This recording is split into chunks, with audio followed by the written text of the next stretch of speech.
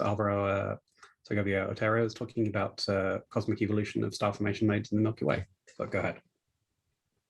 Yep, thanks very much. Hey everyone, good morning, afternoon, evening, wherever in the world you are. First of all, I'd like to thank the organizers for arranging what for some of us is our first Ramses user meeting. So thanks. And yeah, I'm Alvaro. I'm starting my second year in my PhD, supervised by Oscar Agertz and Florent Renaud. So I'm in the Galaxy group in Lund Observatory.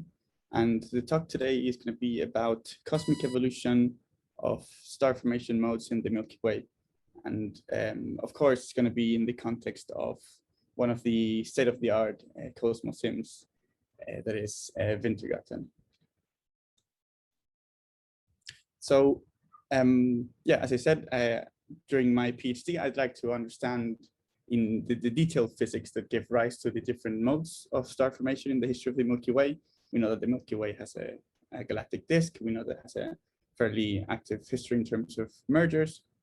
So this question is actually twofold. So on the one hand side, I would like to know what's the global response of the gas in the Milky Way as a whole. So how does the gas react when you impact it with a merger, when you have when you're assembling a disk? And on the other side, I would like to, I'm interested in knowing the interplay between this large-scale forcing that you have, this cosmological environment in which your galaxy is forming, versus this small-scale physics, this local thermodynamical properties of your gas at star formation, so density, velocity dispersion, and I'm also interested in this star formation efficiency per free-fall time parameter. But the talk is going to be mostly focused on the former. So let's start. I'd like to give a bit of an overview about the modes of star formation and list from a more statistical point of view. So I'm going to be using this star formation rate versus stellar mass diagram and show the so-called star formation main sequence, which is represented by this blue shaded region. And it's mainly populated by these blue star forming disks. And one of the surprising things about this main sequence is that it's actually very, very narrow. It's around 0.6 dex wide in scatter. And that's quite surprising because we do have different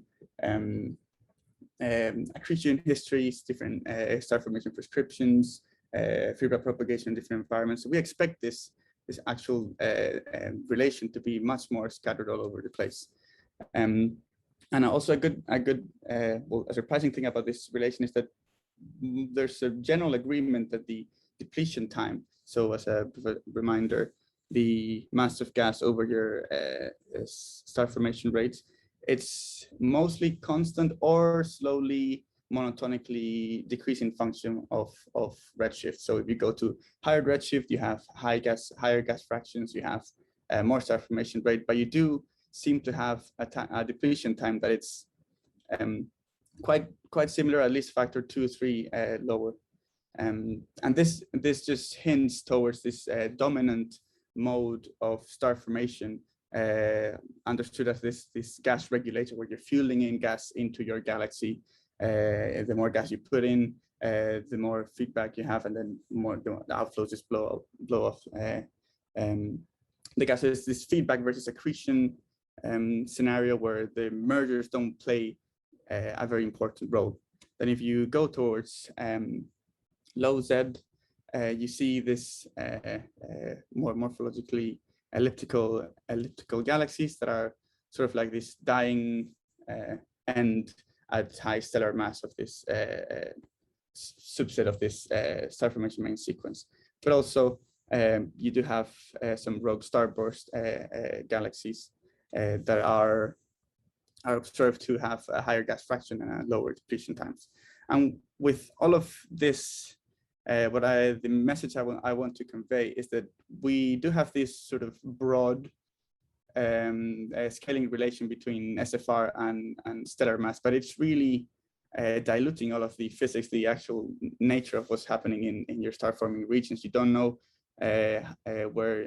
how you go from this main sequence of star formation all the way up to your starburst. Is it by mergers? Is it by gas instabilities, or how you die from your star formation main sequence all the way down to your ellipticals, or if you just trigger a starburst and then immediately go down. So with this, I would like to bring forward the importance of Wintergatan in this sense. It is a single simulation to compare kind of to this 1,000 galaxy studies. But it is indeed a high resolution cosmological dip zoom simulation with Ramses, of course. And it happens to reproduce a realistic formation channel for the Milky Way with a last major merger at a redshift set around 1.2 chemical bimodality, this high alpha, low alpha sequence that Florent talked about, this thin, thick disk dichotomy with old ages, hot kinematics in the thick disk and young and cold kinematics in the thin disk, and this gas and stellar shift density profiles that match local spiral galaxies. So here on the top right, there's a mock observation of Wintergatan on the bottom, this nice alpha over Fe versus metallicity plot that Florent very well covered. So yeah, we want to use Wintergatan to do this more in-depth analysis about the star formation properties of our galaxy as a whole, to get a bit more of the detailed physics of what is going on, and try to dig up this physics from the scaling relations. So the first plot I'd like to show is this star formation history of Wintergatan. Just a heads up, on the y-axis log of the SFR. So yeah, this is 10 solar masses per year.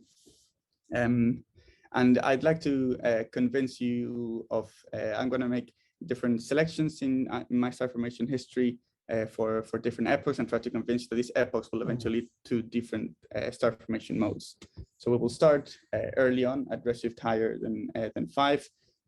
From the thumbnail here on the right, you see that our proto-galaxy has not really differentiated itself in mass with respect to its other companions. It is frequently merging and interacting with its environment, but not really triggering star formation starbursts. So it's slowly increasing star formation. Quite different to what we can see in between redshift 1.6 and 5, where we have this more starbursty epoch. So we reach SFRs of like 50 solar masses per year. And as you can see, our galaxy Wintergatan, I think is the bottom clamp, it's quite still violently interacting, but now in this case triggering starbursts. We have our last major merger also triggering a starburst around redshift 1.5, and yeah, so it's this red sausage here on the bottom right and bottom left thumbnail, which yeah, I highlight this last major merger epoch just for you'll see afterwards. But yeah, after the last major merger, you sort of by definition start this more isolated evolution of your disk. So if we put a bit of color into this plot, you can see that I highlighted 3 regions: this disk region, the starburst region in purple, and early on in blue. So I'll just put this figure on the top right corner as a reference, and try to convince you of my particular choice of these regions to motivate these different modes. So taking a look at the depletion time of the cold gas in Wintergatan, represented by the solid black line, we see quite quickly that it's not at all, does not correspond to what we were thinking about, slowly decreasing our depletion time as we went back in time at higher redshift. It is quite highly non-linear, with a difference between with 2 decks going down and then back up again. It is comparable to the FIP survey. So the FIP survey has CO measurements from dust photometry, dust SEDs, and CO line emission. And you can see that there's quite a good agreement with the FIP survey, at least until redshift 2, 3. And what I wanted to highlight particularly about this plot is that if we look at the disk epoch, we see that we have depletion times of around a few gigayears, which is compatible to with observations. But it is not until we enter this starburst region that we actually drop in our depletion time. It's quite neat because for every starburst peak, we see like a drop in depletion time, which is it's quite nice. So we're merging, we're triggering starburst, but when we go to the really early on, so at redshift higher than 5, we don't see this drop in depletion time. So what is actually happening with our gas? So it's time for the gas density PDFs. So what I want to say with this slide is that when we look at PDFs, we are not interested on seeing how much mass of gas we're actually introducing in our galaxy. We want to know the integral of the PDF above this star formation threshold at 100 H per cc. So we want to know about the distribution of our gas in our galaxy. So if we now move on to these starburst epoch, we see this excess at high densities that sort of hints this idea of like, oh, we're grabbing mass, or we're grabbing more diffuse gas here and pushing or skewing our distribution towards higher densities, and that is what actually gives us this drop in the depletion times. So that's pretty cool. What happens now if we keep looking at also mergers happening early on? So we don't have this excess in your PDFs, and that corresponds to our depletion time being fairly constant at high redshift. So once again, if it's not mergers, what triggers our 3 minutes? Yep. What triggers our drop in depletion time? What is it that we need? So let me just grab a bit of water. So here on the left-hand side, I have a V over sigma plot as a function of cosmic time. And we see that we have managed to produce a disk that is now forming stars at a depletion time of a few gigayears. It has a quite isolated evolution, and as we enter our starburst region, we see how we slowly build up, or yeah, I guess if we go from right to left, we slowly build up our more coherent motions represented by the V rod with respect to the unorganized motions represented by the velocity dispersion of the gas. So it is because of the gas, the assembly of the disk, that the gas decides that the assembly of the disk in combination with the mergers, that the gas is actually skewed to high densities in your PDF, that you therefore get a drop in your depletion time. So we see that around redshift 0.2, we have a V over sigma that is above 1, compatible with the Cassini and the Simmons paper too. And I didn't want to finish this talk without mentioning the Kennigan-Schmidt diagram. Doesn't add a whole lot of extra information, but just wanted to highlight from reading the DADI papers that yeah, we sort of like join. So yeah, the dashed black lines are the lines for constant time depletion. So it's 100 million years, 1 gigayear and 10 gigayears, and this dotted purple line is the 1.4 power law from the Kennigan-Schmidt relation. So we're joining here the population that sort of like stays in the Kennigan-Schmidt relationship all the way up to our sort of like starburst sequence. So maybe skip this little bit. So I'm showing this Kennigan-Schmidt plot because I would like to understand more the trajectory of Wintergatan in this plot. So whether we have how efficient we form stars, this EFF parameter that I was speaking about, and also do like the analysis on other simulations that are being now ongoing, running in Praise. And yeah, I think I'll leave you with my conclusions. Yeah. Cool. Thanks very much, Alvaro. Any questions? Yeah, Maxime, go ahead. Yeah, thanks a lot. The talk was indeed super interesting. I just had a question about your gas density PDFs, because it looks like from the PDF that in the at early times, like above redshift 6, you don't have that much, like the densest gas is less dense than at later times.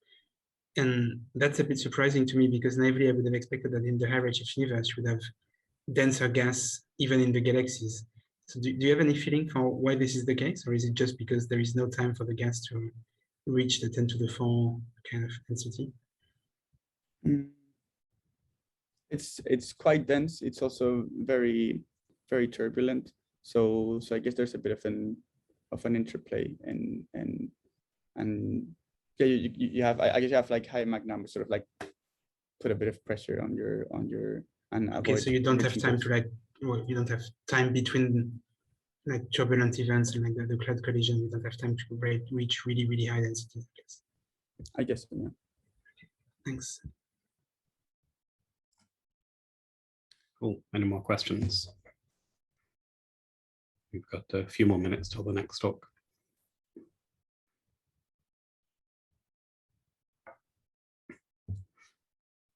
All right, so I'll ask a question then. So if you're interested in kind of star formation in the ISM and the population of stars that exist now, you know, is this kind of a good way to figure out what the conditions were, you know, for example, when the solar system formed, or, you know, can you say a lot about the cloud population or the ISM conditions at this time, at different times? Could you repeat the question again, sorry?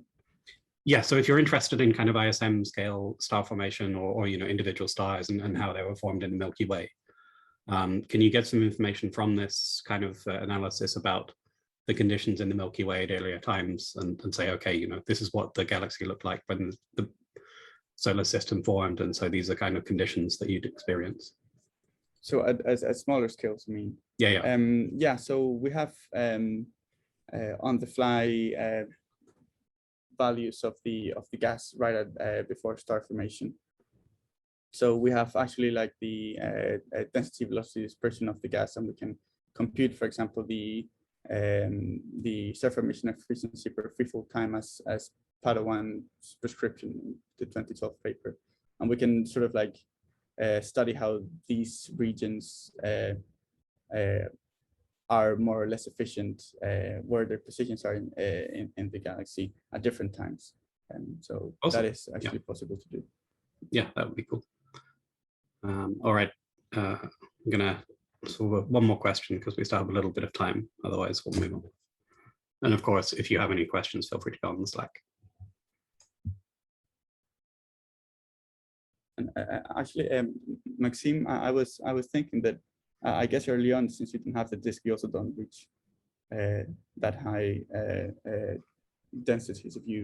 If you had a disk early on, then your interactions with the mergers could actually lead to reaching those regions. Okay, so it's also like a target selection kind of thing, like that kind of galaxy would not. Okay, thanks. All right, so I suggest then we move on to Eric's talk and thank Alvaro again.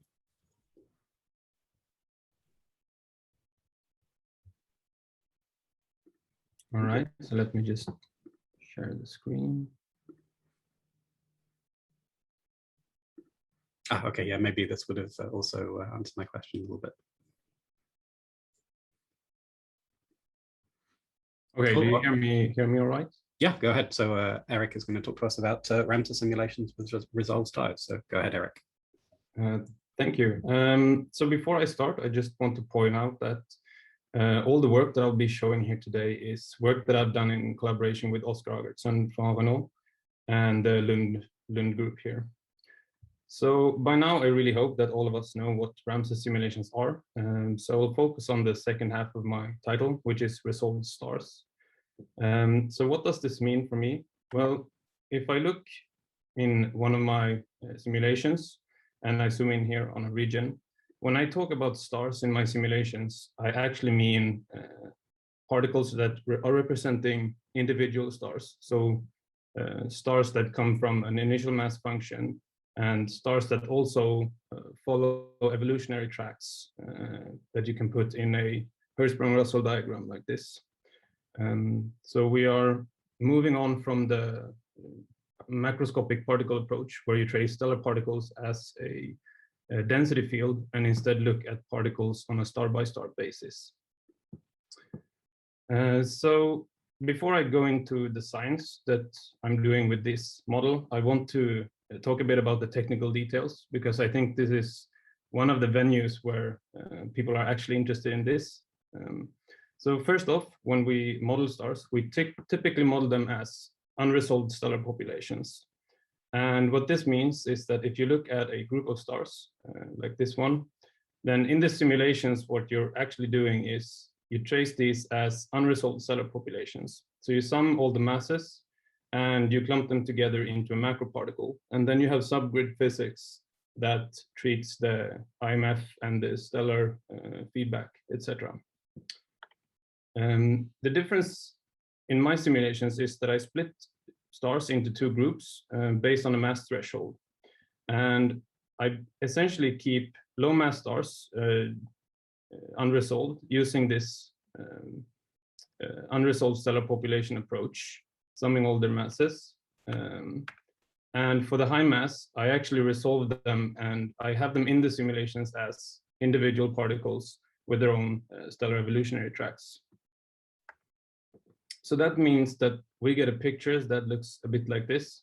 We have some unresolved stellar population represented by this mean density field. So they act with their gravity, etc. And then on top of that, we have individual stars that fly around inside the code and do their thing. And one immediate problem that you find when you do this is that the code is still collisionless. So the dynamics of star-by-star interactions are still unresolved. And you can solve this in a few different ways. The way I do this is I have basically a subgrid approach to it. I add velocity kicks to stars when they are formed. And you can have a few different choices for how you do this. One way to do this is to go to collisional simulations of star clusters. This is one example from Owen Krupa in 2016. And then you look at what kind of velocity distributions does this model give you. And in this case, it turns out to be an inverse power law distribution. But you can also just assume some velocity dispersions for your stars and sample from any other distribution. And what you get are quite different results. Here I'm showing 4 different models. To give you a bit of context of what you're looking at, the background in gray shows the gas density of the galaxy simulation. And the red points show unresolved star particles, and the blue points show resolved star particles. And here I'm also comparing different ways to treat this unresolved dynamics. So if you don't do anything, if you just let the resolved stars have the same velocities as the unresolved stars, they will just trace out the same trajectories and you don't get any spatial separation between them. If you add something small, then you don't see much in the beginning, but eventually, due to the chaotic nature of the simulations, the trajectories diverge from each other. And as you add higher velocities, you get this divergence happening quicker and quicker. Now, if you move on to models that are more realistic, like the one from Owen Krupa, you get quite significant differences between the spatial distribution of unresolved stars and resolved stars. And this brings me to one of the first science questions I did with this model. And that has to do with runaway stars. Now, to understand a bit what runaway stars are, I show here a picture of the 30 Doradus region. that's located in the Large Magellanic Cloud. This is a region where you have ongoing star formation. And we have this star cluster that is located here, encapsulated by a lot of gas. And on the outskirts of this region, we find stars like 30 Doradus number 16. And this is a very young, but quite massive O-type star, which is traveling at a quite large peculiar velocity. And it's actually leaving this star cluster shown here. And you can see that as it's moving through this diffuse gas, it's plowing up this bow shock, which gives you an indication of what effect this star has on its environment. And it's actually believed that this star is originated from this star cluster. And if you look at models and observations, you find out that roughly 10% of your stars end up being runaway stars due to the collisional dynamics in natal clusters. So this is a very important effect to account for when you do this star-by-star modeling. And it is important, especially in terms of stellar feedback and stellar evolution, because it means that massive stars can travel several kiloparsec during their main sequence lifetime. And for the massive stars, these are supernova progenitors. And this gives us a mechanism to move stars from denser star-forming regions out to more diffuse gas, where their feedback will evolve differently. So to study this effect in a galactic context, I ran simulations with this model. And I don't think I need to mention, but this is implemented in the Ramses code. And I ran 2 simulations of Milky Way-like galaxies at 20% gas fraction, going down to a resolution of 9 parsec.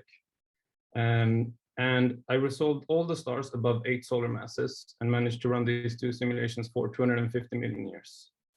Now, this 8 solar masses is quite a nice mass cut, because it means that all the supernova type 2 or core collapse supernova will be treated with by individual stars. So here are 2 movies comparing the 2 simulations. On the left here is one without runaway stars, and on the right, one with runaway stars. And when I say without runaway stars, I basically don't give them any velocity distributions. So the dynamics are, the collisional dynamics is completely unresolved, and the individual stars will just simply trace the same trajectories as the unresolved stars. Whereas in the case with runaway stars, I give newly born individual stars this velocity distribution from Owen Krupa. And when I start this movie, I hope that you notice that there's quite a big difference between these two, especially when you look at the interarm regions. And I'll run it for you once again. And what you should notice is that when I include runaway stars, the interarm region gets much more turbulent compared to the much calmer simulation with the runaway stars. And to understand why this is, I selected 2 regions where I have density voids, or regions where previous feedback has blown up bubbles in the ISM. And I zoomed into these regions and I plotted the locations of the star particles, red showing unresolved star particles and white showing the individual stars. Now, in this simulation on the left here, where I don't have the runaways, the white points lie directly underneath the red points, so we don't have any spatial separation between the two. But in the case with runaway stars, I have stars starting to spread out around the Earth environment, and also a few objects that go all the way out into these very low density regions. And in these regions, their supernova feedback, or the energy that they couple to the gas when they explode, is very efficiently coupled. And you heat up the gas in these bubbles quite significantly. Another effect that you get is that you keep resupplying these bubbles with new supernova progenitors, so you keep them alive for much longer times. And to understand what this does a bit more quantitatively, I show here 2 figures, the star formation rate and the mass, the outflow rates as function of time for the 2 simulations. And And if we start by looking at this top plot, looking at the star formation rate, in the simulation where I include runaway stars, we see a suppression of star formation rate. And this is essentially a result of a loss of cold gas. More interestingly, we also see that the runaway stars manages to boost the outflows quite significantly when, and this is this effect that we saw before, where we have explosions happening in the interround regions in these very large bubbles that are kept alive by the runaway stars. And hot gas in these regions are lifted out buoyantly and then leaves the galaxy. And we can combine these two into what's called the mass loading factor, which is the outflow rates divided by the star formation rate. And because we only have we don't have a very strong suppression in star formation, but a significant increase in the outflows, we see a 10-fold increase in the mass loading factor when we include runaway stars. And there's a detail here, which is that this mass loading factor actually depends on where you measure it. So what I did was to measure it both at 5 kiloparsecs above and below the disk, 50 kiloparsec and 100 kiloparsec. And even though the outflow rates are different at the different distances, we still see this 10-fold increase in mass loading. Now, there are tons of other effects that runaway stars have on how we view galaxies. For example, if you look at the Kennigan-Schmidt relation, then radial migration of stars or radial excursions of runaway stars, thank you, causes an interesting trend in this Kennigan-Schmidt relation. Now, unfortunately, I don't have time to go into the details of this right here, but if you're interested, then please feel free to contact me. Instead, I will spend my last 3 minutes talking a little bit about the future of this model. And this basically is to extend it and also add some new features for it. So I'm running right now simulations of dwarf galaxies. And in these simulations, I managed to resolve all the stars above 0.5 solar masses rather than 8 solar masses, which was the case for the runaway study. And I have also a much more detailed model for stellar feedback and stellar evolution. So I now trace energy and momentum feedback from AGB winds, fast stellar winds, type 2 supernova, type 1a supernova. So stay tuned for this. I've also made significant updates to the chemical yields. And one of the big advantages of having individual stars in the simulation is that I can now go to the stellar evolution community to get properties for the stars. For example, I'm showing here chemical yields during different phases. In the top row showing AGB, chemical yields from AGB stars, and in the bottom showing type 2 supernova yields for carbon and for iron. And the data points here are showing results from the new grid collaboration. And what I do is essentially interpolate these yields in terms of stellar mass and metallicity to get much more accurate chemical yields. And another very nice feature of this method is that I'm not limited to a few elements. I can actually do all the elements that they do in the stellar evolution models, which means that in my version of Ramses, I now have almost the entire periodic table. Now, this, of course, is impossible to trace during runtime. So what I did is basically I included a new parameter into the name list where you select which metal you want for what kind of study. So this is still very much preliminary work. I'm right now running some dwarf galaxy simulations where I test different models for these unresolved collisional dynamics. And I also want to use these runs to investigate how abundance mixing changes with the new chemical yields. So stay tuned for that. So with that, I'm at my summary slide. I hope I convinced you that individual stars are the future for galaxy simulations. And I want to highlight that I have a working model already implemented in Ramses. And with this, we open up for tons of new science. Runaway stars is one of them. And in this talk in particular, I showed how runaway stars can boost galactic outflows. So with that, I'd like to thank for your attention and take questions. Awesome, thanks. Impressive. It's the host privilege. So maybe you discussed this and I missed it, but what do you do about binary interaction? Because this is something that if you don't do it properly, it can really crash the time step. So right now, I don't treat binaries at all. Okay, so you just have a smoothing length long enough that you just don't capture it. Yeah, so as I said, the dynamics are still collisionless. There's no collisional dynamics in the code as it runs. So that means that the unresolved dynamics I have to solve in a subgrid way. So I just give these velocity kicks at the formation. Mm-hmm. And then the binary stars they are incorporated into the velocity distribution that I choose, pretty much. Okay. I have some ideas to sort of tag stars with a binary flag, and then maybe incorporate that into the stellar evolution model. But that would still be very subgridy, if you see what I mean. Okay, thanks. All right, go for Harley first then. Hi, Eric. That's a really nice talk and really great work. I have a quick question on the actual implementation of sampling the IMF. So as you push to higher and higher resolution, obviously the baryonic mass in cells gets smaller and smaller. So I was wondering, how do you conserve your chosen IMF, especially in the scenarios where there potentially might not even be enough mass in the cell in order to form some of the high mass stars?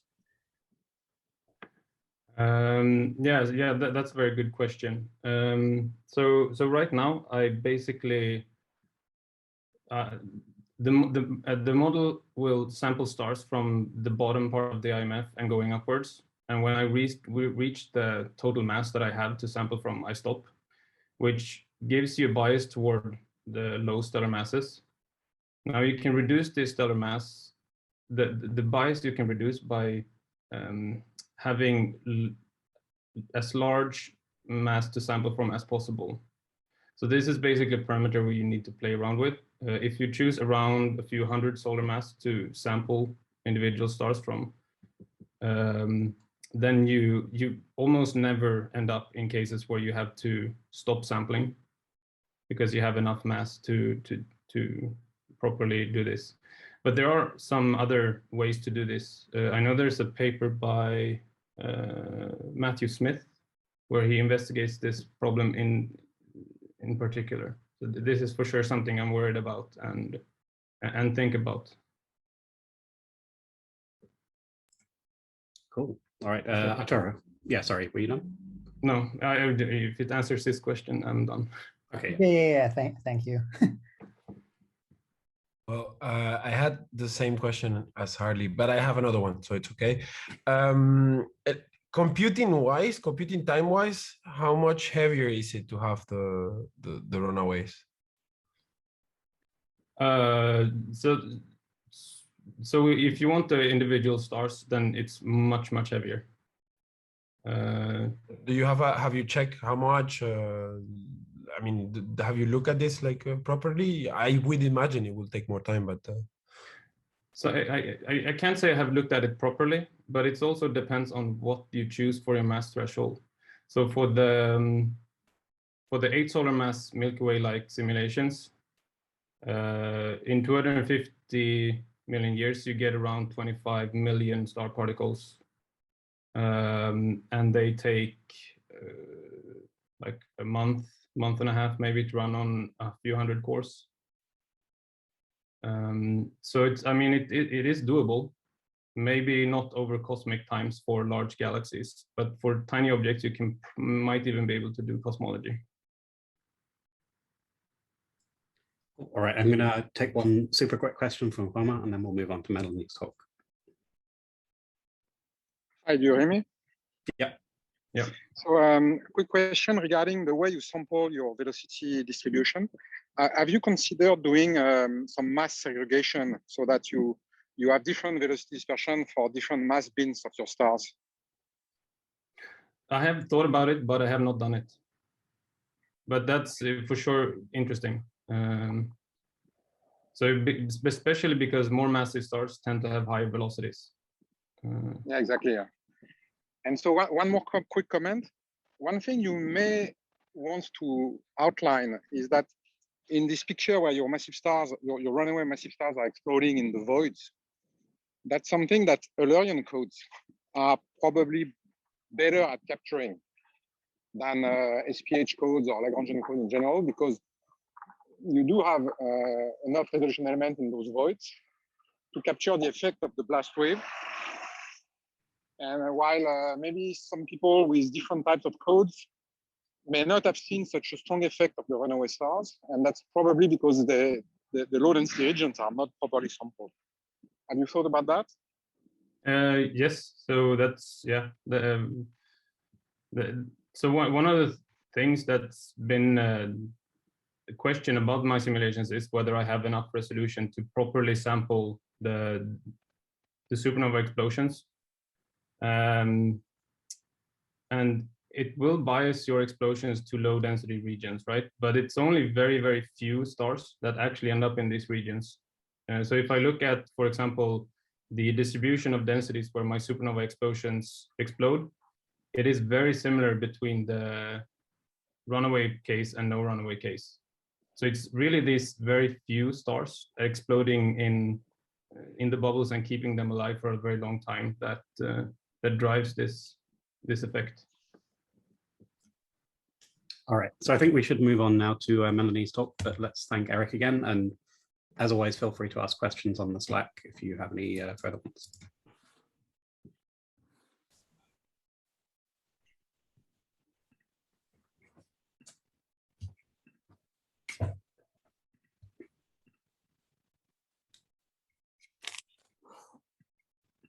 Do you see the slide? Yep. Yeah. All right. Okay, so feel free to start whenever. Awesome. So we have Melanie Habouzit now talking about black holes and AGN in cosmological simulations. Thanks. Yeah, so we're moving to bigger simulation in terms of volume. So in a couple of papers, we studied 6 cosmological simulations. So Horizon AGN, of course, that is our favorite simulation, and TNG, Illustris, Eagle, and Simba, and 2 volumes for the TNG simulations. And our goal was really to try to understand how the subgrid physics of the simulations actually impact the growth of black holes and the activity of the AGN. So this work has been done in collaboration with many people that actually worked on the simulation and on the black holes in the simulation. So I listed some at the bottom of my slide. Yeah. And like the second goal was to try to compare the black holes and the AGN of the simulation to observations to see whether actually we are forming, black holes and AGN that makes sense when we compare to observations. Okay, so this is what we know in the local universe. So at redshift 0, we have a relation between the mass of supermassive black holes and the total stellar mass of the host galaxies. So you can draw a line here, meaning that in more massive galaxy, you're more likely to find massive black holes, and on the other end, in low mass galaxies, you would find in some of those galaxies, but not all low mass black holes. So the thing that we want to understand is how this diagram would look like at higher redshift, and currently we cannot do that beyond redshift 2 or so in observation. So one key question is, how do you actually build up this diagram or this relation with time? So if you have a black hole seed of 10⁵ solar mass in a low mass galaxies at high redshift, is this black hole actually growing linearly with its host galaxy, or is the black hole growing first and then somehow the galaxy is assembling around the black hole, or are black hole just growing first and the black hole is finally growing at some point and catching up on the scaling relation? So we wanted to understand this in cosmological simulations. So we followed the black holes in all the simulations.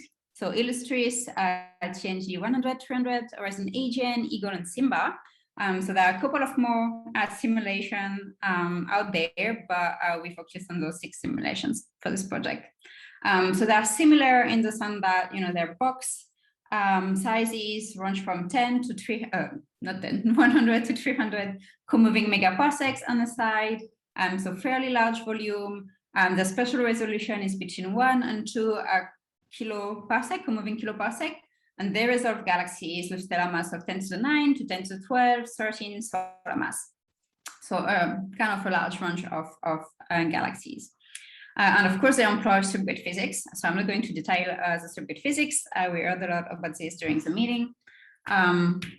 Just wanted to highlight a few things about the black holes. So black hole formation is usually every time a galaxy or halo is reaching a mass threshold, we are putting a seed black holes of a fixed mass. So all black holes start with the same initial mass.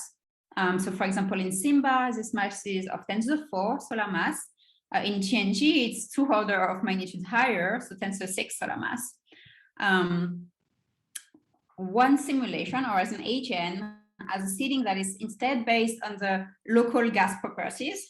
So it's a more physical model in Horizon AGN. So those black holes, they can grow by black hole mergers, but also by gas accretion. And most of the simulation use the Bondi formalisms to do that. But although it's the same kind of Bondi accretion model, you find many differences in the simulation when you look carefully. So SIMBA is the only simulation that has 2 channels for the accretion. So it's Bondi for the cold gas or the hot gas. It's Bondi for the hot gas, and then the torque model for the cold gas. Eagle also has a modified Bondi model that takes into account the viscosity of the disk. TNG is a magnetohydro simulation, so there is also a different factor in the accretion rate. You can also have a boost factor or not.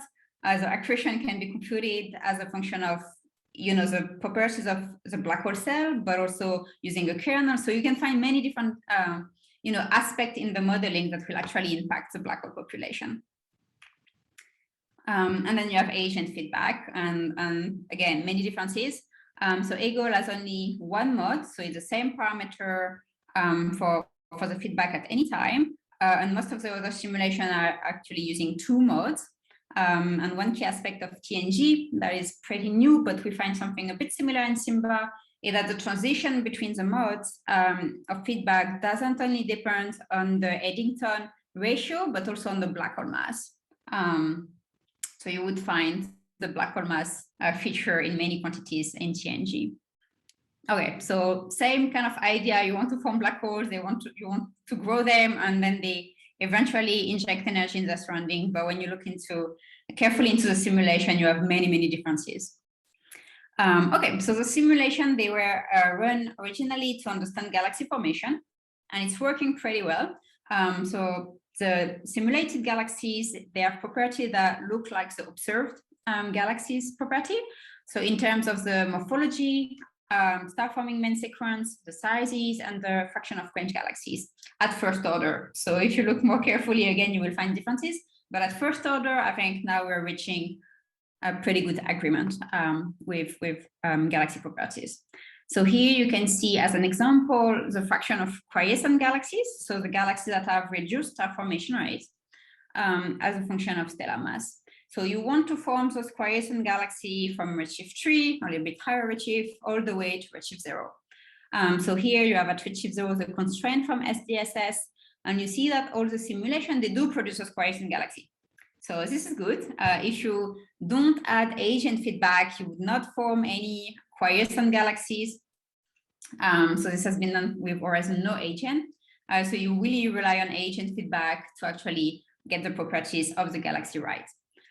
So now one question that I was interested in was, are the simulated black holes actually in good agreement with observations? Because we rely on agent feedback for the galaxies, but when you look at the black holes, are they actually in agreement with current observations? So this is showing the black hole mass stellar mass relation. So observation for all the simulations. Observation are all within this funny black shape. That is on purpose, kind of a cartoon. And then we have the simulation in blue. So what you see again at first order, the simulation are within the observational frame. So this is good. You can notice that, there is a line here for all the simulation for massive galaxies, and this is due to the calibration. So we want to reproduce this diagram at redshift 0 to match the observations in the local universe. If you look carefully, it seems that the relation in simulation is tighter than in observation. So let's take TNG, for example. We don't have the kind of low mass black holes that we would find in those galaxies here. So those are often referred as borderline AGN in observation. We also don't have the most massive black hole at fixed stellar mass. So really, we get a tighter relation in more or less all the simulations. What we can also see is that due to the seeding, some simulations actually have more massive black holes in low mass galaxies than what we would expect according to observation. So we do find some differences with the observations. So again, this led us to try to think what we could improve, what we can change to actually increase, for example, the scatter of this relation in the simulation. So again, seeding would be important. I think the lack of stochasticity in the subgrid modeling, meaning that we're always using the same efficiency parameters for different models. And of course, we are missing, kind of a stochasticity of the modeling there. So this could also increase the scatter of the relation. Black hole spin as well. So all the simulations, they do not follow black hole spin.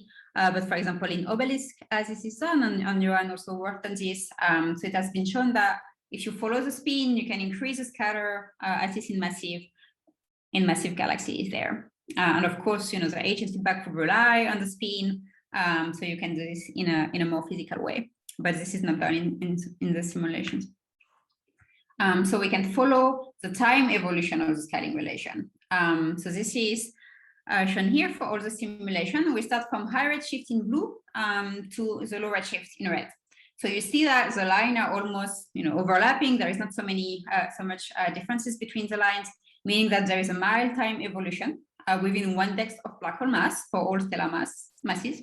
And this is actually in good agreement with observation. From redshift 0 to 2, we don't see a strong strong evolution. So this is all good.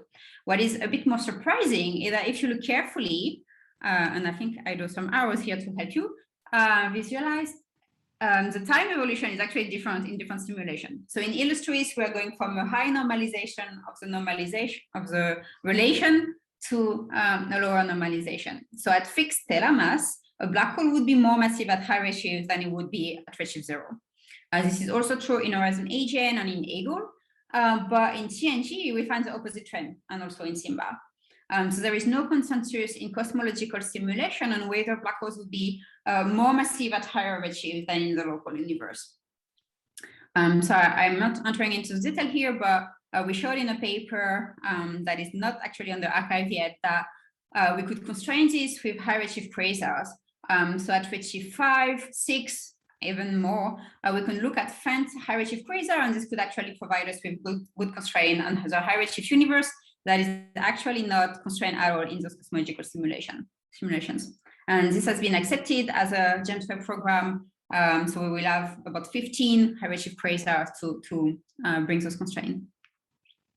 Okay, so to convince you that really the subgrids modeling of the simulation is impacting the growth of supermassive black holes, I followed in time all the matched black holes between Illustris and TNG. So those two simulations, they're using the same initial conditions. So you can really match galaxies, and it's really cool because when you follow a given galaxy, given pair of galaxies in time, you really see how the feedback is impacting the black hole and the galaxies. So here you have the same black hole mass stellar mass diagram. The Illustris black hole is at the bottom, and the upper one is a TNG. So in Illustris, we're starting with a black hole of a mass 10 to the 5 solar mass, and in TNG, it's 1 order of magnitude higher. So while the black hole of Illustris is kind of growing linearly with its host galaxies, with up and downs, but the overall trend is more or less linear with the host galaxy. What we see that in TNG, there is first a plateau, and this is due to a stronger, this is due to a stronger supernova feedback in TNG. So they updated the supernova feedback and make it stronger to kind of fix the stellar mass function that they had in Illustris. And at the end of the simulation, you see that there is also a big difference for the final mass of supermassive black hole in those two simulations. So the subgrid physics really impacts the black hole growth. So to come back on supernova feedback a little bit, this is the Eagle simulation, but it has been shown in many simulations as well. Now the simulation is in color here, and if you employ a super nova feedback that is kind of weak, you would get a linear relation between the black holes and the stellar, the host galaxies. And this was shown by Johan with zoom-in simulation, that if you have a supernova explosion there, you would impact the galaxy, but you would not destroy completely the cold gas reservoir that is feeding the black hole. But if you're using a stronger supernova feedback, then you really impact the initial growth of supermassive black holes by removing completely the gas for the black hole. So either hitting the gas, or pushing it away from the galaxy until the galaxy is actually massive enough to overcome the feedback. Okay, so now what we observe in the universe is mostly AGN. We are not able at higher redshift beyond the local universe to see inactive black hole. So let's look at the AGN. So this is showing the number density of AGN as a function of redshift for all the simulations. In gray, we have observational constraint, and in color, we have the simulations. So what we see for those faint AGN is that some simulation I agree pretty well, like Eagle, some simulation like TNG, Illustris, or as an AGN, they are overproducing those faint AGN. When we move to a slightly brighter AGN, we see that, for example, Eagle, that was doing a good job before for the faint AGN, is now underproducing the number of the slightly brighter AGN. If we move to really bright AGN, we see that, for example, Eagle is completely under the observational constraint, while some other simulation like Horizon AGN are doing better. So the takeaway message from this is that for all the simulation, it's very hard to get both the faint AGN and the bright AGN right. And it's very hard to get the low redshift and the high redshift universe AGN right. So you get one or two regimes right correctly, but not the full picture. Very quickly, I wanted to show this work by one of my students that is looking at the AGN fraction in low mass galaxies. So now there is really a systematic search for black holes and AGN in dwarf galaxy and low mass galaxies in the local universe. And I think this is a good way to bring new constraints for cosmological simulation. So those fractions, they would constrain a combination of the seeding, the accretion model, and the supernova feedback. So you can see for different luminosity of the AGN that all the simulation, they really show different fraction of AGN. And if you look and compare this to observational constraint, some simulation seems to produce way too many AGN in those low mass galaxies. If you could wrap up, that'd be great. Yeah, so just my last slide, I'm not explaining the figure, but we also find that in massive galaxies at low redshift, the feedback could be too efficient for the AGN.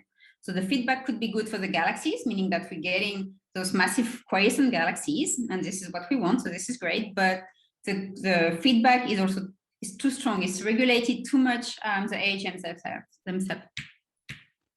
And this was my summary, that supernova feedback is impacting the black hole growth in low mass galaxies. This is shaping the relation between black holes and host galaxies.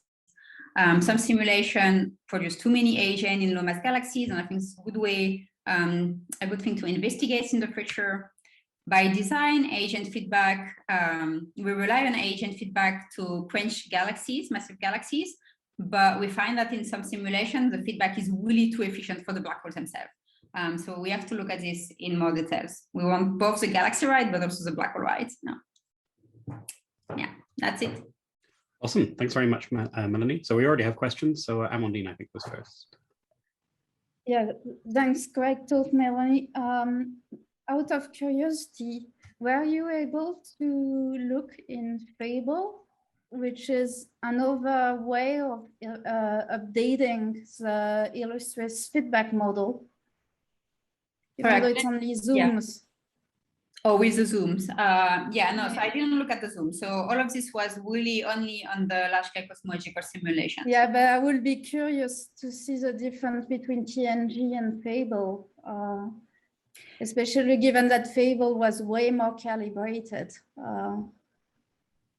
Yes. And they use a completely different philosophy for updating the feedback model. Yes, I don't think the zoom of Illustris TNG are available yet, but I know that they're running many zoom, like a crazy number of zoom in simulation.